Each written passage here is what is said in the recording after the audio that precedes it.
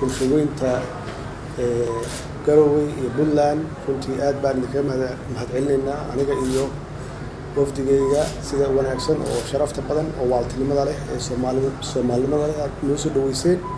haddana aad noo soo weydiinaysaan runtii waxay ahayd farxad weyn mar walba aan imaado Garowe waxaan la kulmaa shacab aad iyo aad u fara badan oo banaanka taagan oo saacado badan taagan oo haddee Garowe waxay ka tirsantahay magaalooyinka ugu waaweyn oo ugu population-ka badan oo laga yaabo inay 8 saacadood 9 saacadood banaanka loo taagnaadaan sugaan aad iyo aad baan runtii bulshooyinkaas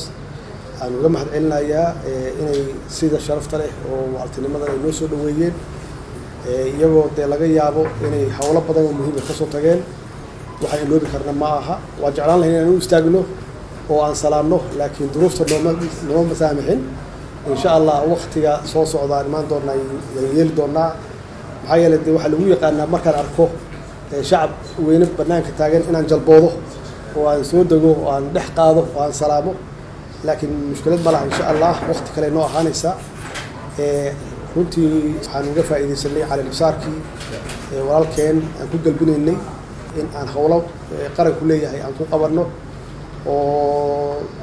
dowlad goboleedyadii isugu keen dambeysay shirkii Baydhabo oo xaqiiqatan aan ku ballanay shirka loogu xiga inaan ku qaban doono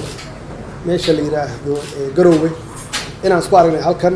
oo aan haddana ballan ku dhiganay inaan isku aragno bisha soo socota Maarso dhexaadkeeda insha Allah hadii la yiraahdo oo aan hawlihii runtii naga hakaday aan dib u soo cusboonaysiino oo annagoo dalka iyo dadka u shaqeynayna halkaasi wax alla wixii qabya ahaa oo ummadda danta u ahaa aan ku dhamaystirno hadii la yiraahdo madaxweynaha waa uga mahadcelinayaa runtii